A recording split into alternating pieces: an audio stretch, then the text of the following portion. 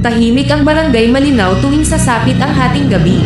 Wala ni isang aso ang tumatahol, at kahit ang hangin ay tila natatakot gumalaw. May isang bahay sa dulo ng kalsada, lumang-luma, may bitek ang mga pader, at nababalutan ng itim na anino. Dati itong tirahan ng pamilyang De La Cruz, hanggang sa mangyari ang insidenteng walang gustong balikan. Si Mara, 22 taong gulang, ang nag-iisang nakatira roon ngayon. Simula nang mamatay ang kanyang ina, madalas na siyang makaramdam ng kakaiba. Sa una, simpleng bagay lang, may naririnig siyang bulong sa gabi. Mara, akala niya'y guni-guni lang. Pagod, puyat, at lungkot. Ngunit isang gabi, bandang 3:00 ng madaling araw, nagising siya dahil may tunog ng kalmo sa loob ng kanyang kwarto. Mula iyon sa dingding. Nang sindihan niya ang ilaw, nakita niya ang mahahabang gasgas sa semento, parang may kuko na pilit na gustong makalabas mula sa loob. Kinabukasan, tinanong niya ang matatanda sa barangay. Namutla ang mukha ng matandang si Mang Isko nang marinig ang kwento. Huwag ka nang magtanong pa, iha. Ang bahay na yan, sinaniban na dati. Ayon kay Mang Isko, may nilalang daw na matagal nang nakatali sa lupaing iyon, isang espiritong hindi matahimik. Tuwing may taong mahina ang loob o panang dalamhati, doon ito sama-sama. At si Mara, perpekto siyang sisidlan. Pagkalipas ng ilang araw, napansin ni Mara na hindi na siya ang dati. Minsan, may mga sugat siyang nakikita sa kanyang mga braso paggising, mga sugat na tila kagat. Hindi niya maalala kung paano iyon nangyari. Sa salamin, may pagkakataong hindi siya ang nakikita niya. May mga sandaling ang kanyang mga mata ay nagiging itim na itim, at ang kanyang ngiti ay hindi kanya, masyadong malapad, masyadong mali. Isang gabi, narinig ng kapitbahay ang kanyang sigaw. Ngunit hindi iyon sigaw ng takot. Isa iyong sigaw ng galit at kasyaha. Tuldok, dumating ang albularyo. Pagpasok pa lamang sa bahay, agad itong napaluhod. Huli na, habang binabasbasan si Mara, bigla itong napatawa, malalim, paus, at hindi boses ng babae. Sa akin na siya, matagal ko na siyang hinihintay. Nag-iba ang tindig ni Mara.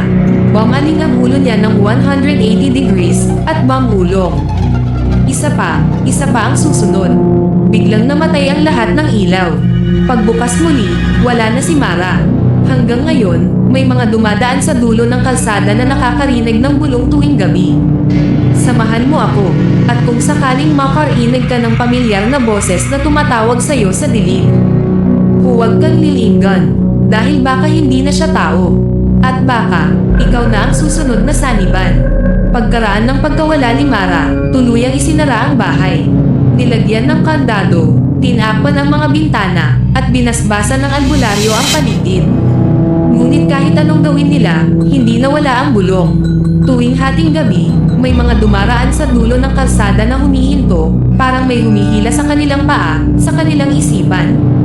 Isang linggo ang lumipas nang dumating si Padre Esteban, isang paring matagal nang humaharap sa mga kasong ayaw tanggapin ng simbahan, mga kasong mas pinipiling ibaon sa katahimikan. Pagpasok pa lang niya sa bakuran, huminto ang hangin. Tahimik ang lahat, narito pa siya, mahinang sabi ng pari. At hindi siya nag-iisa. Sa loob ng bahay, may bakas ng itim na anino sa mga dingding, parang may gumapang palabas, hindi papasok.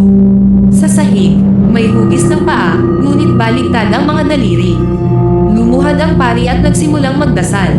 Sa unang dasal, umuga ang mga dingding. Sa ikalawa, namatay ang kandila. Sa ikatlo, may tumawa, malalim, paus, at pamilyar. Padre, akala mo ba kaya mo akong paalisin? Mula sa dilim, unti-unting lumitaw si Mara, o kung ano man ang gumagamit sa kanyang anyo. Ang kanyang mga mata ay itim na parang hukay. Ang ngiti niya ay mas malapad kaysa dati.